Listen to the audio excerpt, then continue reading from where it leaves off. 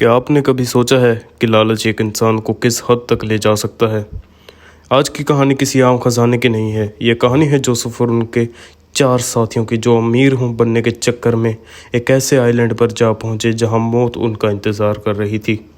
अगर आपको लगता है समुंदर के तूफान सबसे ज़्यादा खतरनाक होते हैं तो इस वीडियो को आखिरी तक ज़रूर देखना, क्योंकि असली डर तो आइलैंड के अंदर छुपा होता है। चलिए शुरू करते हैं।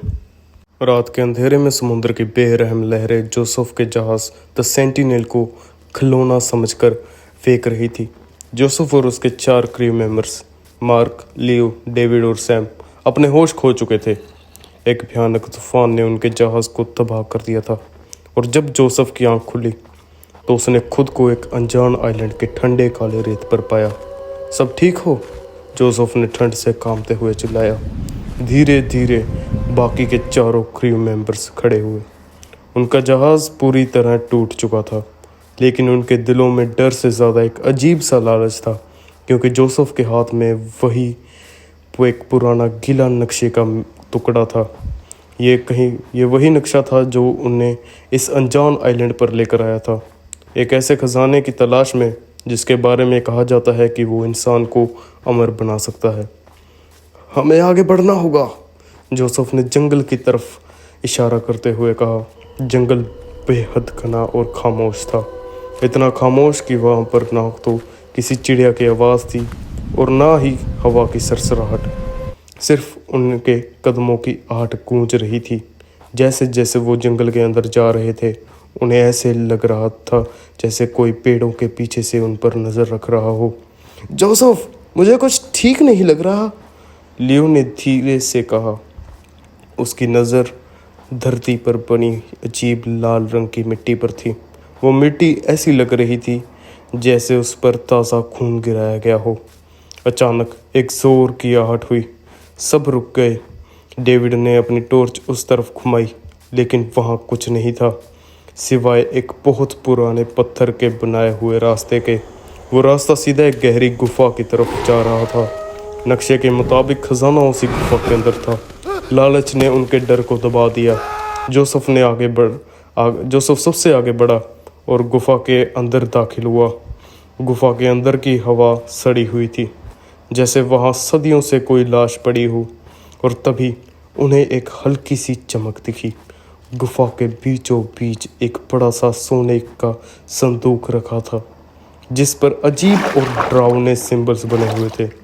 हम अमीर हो गए, शैम खुशी से चिल्लाया और संदूक की तरफ दौड़ा। सैम रुको, जोसेफ ने चिल्लाकर उसे रोकना चाहा, लेकिन तब तक बहुत देर हो चुकी थी। जैसे ही सैम ने उस संदूक को छुआ, उस गुफा के पत्थर कांपने लगे, और जो चमक संदूक से निकल रही थी वो अचानक एक काले धुएं जैसे साए में बदल गई। गुफा के रास्ते अचानक अपने आप बंद होने लगे। ये क्या है? मार्क चीखा। वो काला साया तेजी से सैम के अंदर समा गया।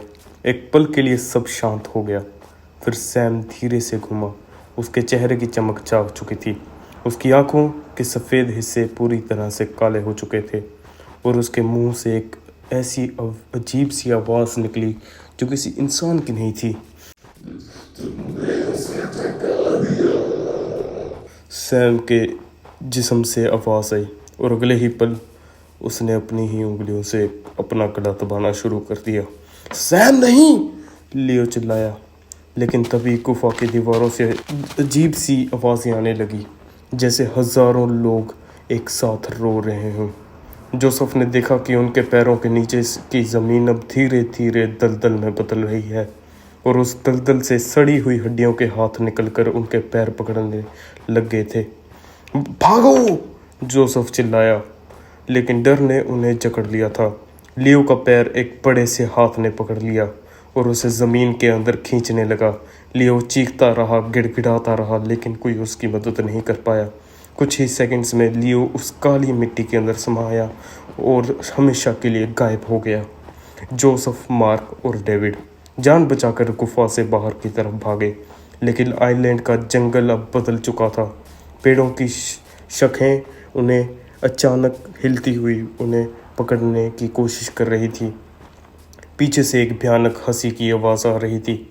ये सैम की आवाज़ थी जो अब उस शैतानी साए के कब्जे में उनका शिकार कर रहा था। हमें यहाँ से निकलना होगा, ये कोई खजाना नहीं है, ये एक कब्र है, डेविड रोते हुए चिल्लाया। भागते भागते वो समुद्र के किनारे पहुंचे, लेकिन वहाँ कोई जहाज़ नहीं था, सिर्फ उनके टूटे हुए तख्ते तैर रहे थे। पीछे से धुएं का वो काला साया धीरे धीरे उनकी तरफ बढ़ रहा था। उस साए के अंदर से उन्हें लियो और सैम की चीखती हुई आत्माओं के चेहरे साफ दिखाई दे रहे थे। डेविड ने हिम्मत खो दी और घुटनों के बल बैठ गया। वो साया उसके पैर से ऊपर से गुजरा और डेविड बिना किसी चीख के मिट्टी में बदल गया। अब सिर्फ जोसेफ और मार्क बचे थे। जोसेफ, हम नहीं बच पाएंगे, मार्क ने ठंड से कांपते हुए कहा। जोसेफ ने अपने हाथ में पकड़े उस नक्शे को देखा। नक्शे पर लिखे अक्षर बदल रहे थे। अब वहाँ उन सभी के नाम लिखे हुए थे और हर नाम के आगे एक लाल रंग का क्रॉस का निशान था। सिर्फ जोसेफ के नाम के आगे क्रॉस नहीं था। तभी जोसेफ को समझ आया, ये एक आइलैंड कोई आम जगह नहीं थी, ये एक जिंदा शैतान था जो लालच के ज़रिए लोगों को यहाँ खींचता था। और हर बार ये सिर्फ एक शख्स को जिंदा छोड़ता था ताकि वो बाहर जाकर दोबारा नए शिकार लाए। मुझे माफ़ कर देना मार्क, जोसेफ ने कांपते हुए कहा। क्या? मार्क ने पूछा, लेकिन इससे पहले कि वो कुछ समझ पाता, जोसेफ ने उसे पीछे धक्का दे दिया, सीधा उस काले साए की तरफ। मार्क की आखिरी चीख हवा में गूंजी और फिर सब शांत हो गया। साए ने जोसेफ को नहीं छुआ। वो धीरे धीरे समुद्र के पानी पर तैरते हुए टूटते हुए तख्ते पर बैठ गया।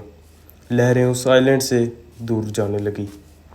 जोसेफ ने पीछे मुड़कर देखा। वो आइलैंड अब धीरे धीरे गायब हो रहा था, लेकिन उसके दिमाग में अभी भी वही आवाज़ गूंज रही थी। एक ऐसी आवाज़ जो कह रही थी उसे दोबारा वापस आना होगा, नए क्रियो के साथ, नए लालच के साथ, क्योंकि अगर वो नहीं आया तो शैतान उसकी आत्मा लेने उसके घर पहुंच जाएगा। जोसेफ ने आखिरी बार समुद्र को देखा और उसकी आंखें भी धीरे धीरे काली होने लगी। और इसी तरह जोसेफ बच तो गया, लेकिन क्या वो सच में आज़ाद था या वो उस शैतान का गुलाम बन चुका था? खैर, अगली बार जब आप किसी सुनसान जगह पर जाएं तो याद रखना, हर चमकती चीज़ खजाना नहीं होती। कुछ चीज़ें सिर्फ आपको फंसाने के लिए चमकती हैं।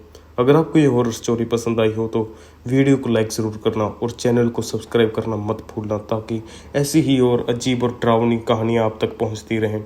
मिलते हैं अगली वीडियो में, तब तक के लिए अलविदा।